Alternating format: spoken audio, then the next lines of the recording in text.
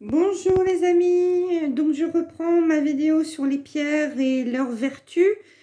Alors on va parler de la malachite pour commencer. La malachite donc est un carbonate naturel de cuivre, donc qui est d'un beau vert foncé avec des vénules. Voilà, elle est très sensible à l'eau, à l'acide et à la chaleur. Donc, elle est purificatrice et elle est indiquée donc de la placer sur les points douloureux de votre corps.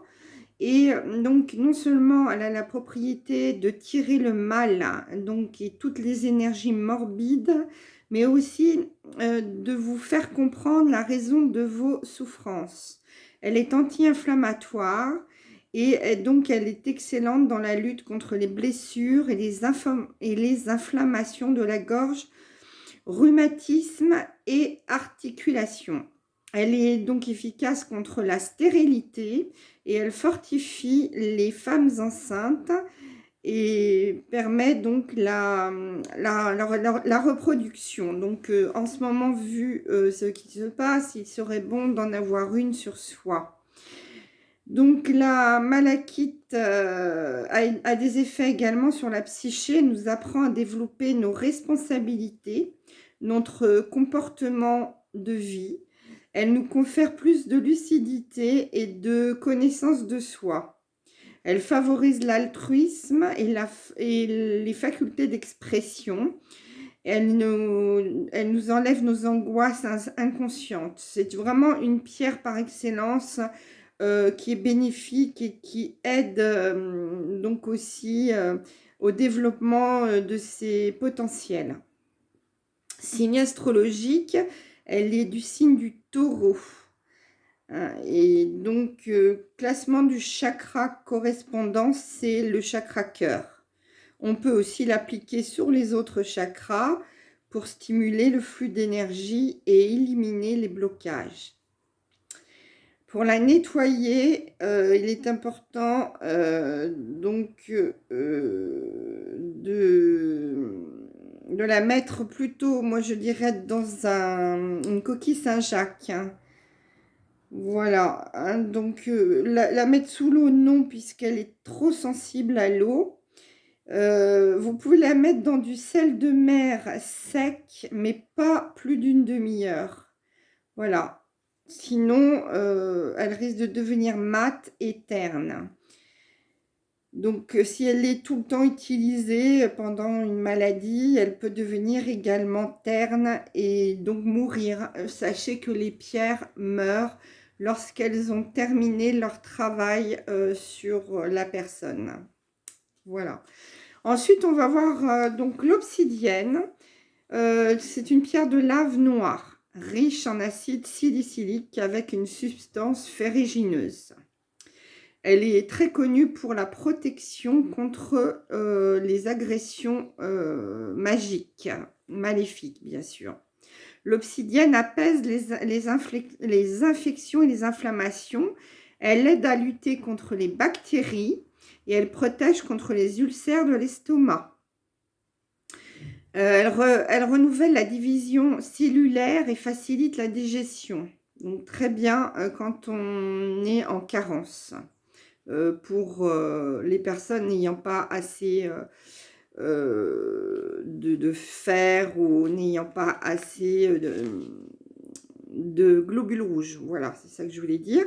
L'obsidienne donc est associée au cristal de roche, nous protège donc des influences négatives. Vous pouvez donc la poser avec un cristal de roche sur la tête de votre lit ou sur votre table de chevet.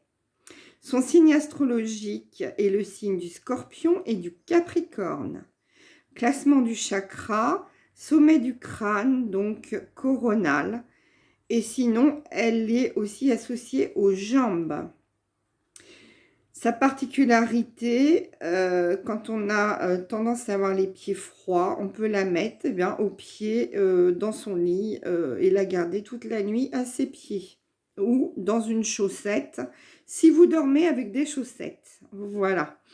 Vous pouvez également vous masser la plante des pieds 10 minutes chaque jour avec votre obsidienne. Plutôt une pierre roulée, bien sûr, pour ne pas vous faire mal. Son entretien, eh bien, elle doit être nettoyée sous l'eau courante. Hein, donc, toutes les pierres ne se nettoient pas de la même façon. Et elles doivent aussi être rechargées au soleil, mais pas plus d'une demi-heure, ça ne sert à rien. Le soleil étant très puissant. Si vous n'avez pas de soleil, toujours la coquille Saint-Jacques. Alors, ensuite, on va voir l'œil de tigre. Très, très utilisé. Donc, c'est un agrégat de quartz brun doré, zébré, avec des dépôts de fibres et de fer brunâtre. L'effet sur le corps, eh bien, l'œil de tigre active le centre du mouvement, fortifie les os et les articulations. Il a un effet apaisant en cas d'essoufflement et d'asthme et est très bénéfique au niveau du métabolisme et calme les nerfs. Donc, ça permet aux gens stressés de se calmer et de pouvoir se concentrer sur leur travail. C'est une pierre très précieuse pour les enfants scolarisés également. Vous pouvez donc le mettre dans sa poche lorsqu'il est en cours et donc qu'il la garde ainsi sur lui. L'œil de tigre sur la psyché donc donne chaleur et sécurité, il aiguise la pensée et il est une aide précieuse pour ceux qui rencontrent des difficultés dans les affaires financières. Son signe astrologique est attribué au signe des Gémeaux et de la Vierge et du Lion.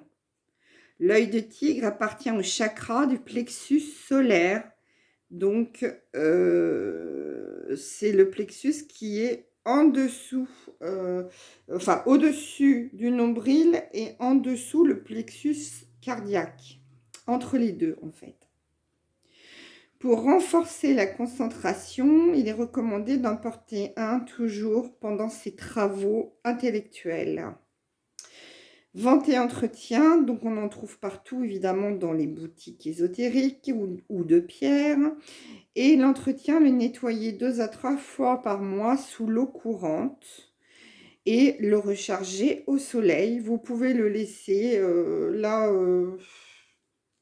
2 à 3 heures quand même y mettre pour l'œil de tigre. Hein.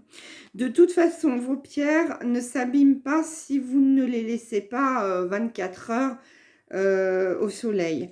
Pour ce qui est de la lune, moi je vous le déconseille. Il y en a qui ne procèdent qu'avec la lune, mais sachant que la lune est un astre artificiel, ça ne sert à rien d'y mettre vos pierres.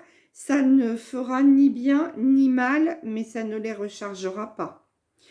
Voilà, donc ça c'était pour l'œil de tigre. Je vous ai fait donc 3 pierres et on en fera 3 autres la prochaine fois. J'espère que ceci vous aura été utile. Je vous souhaite une excellente journée à tous. Bisous.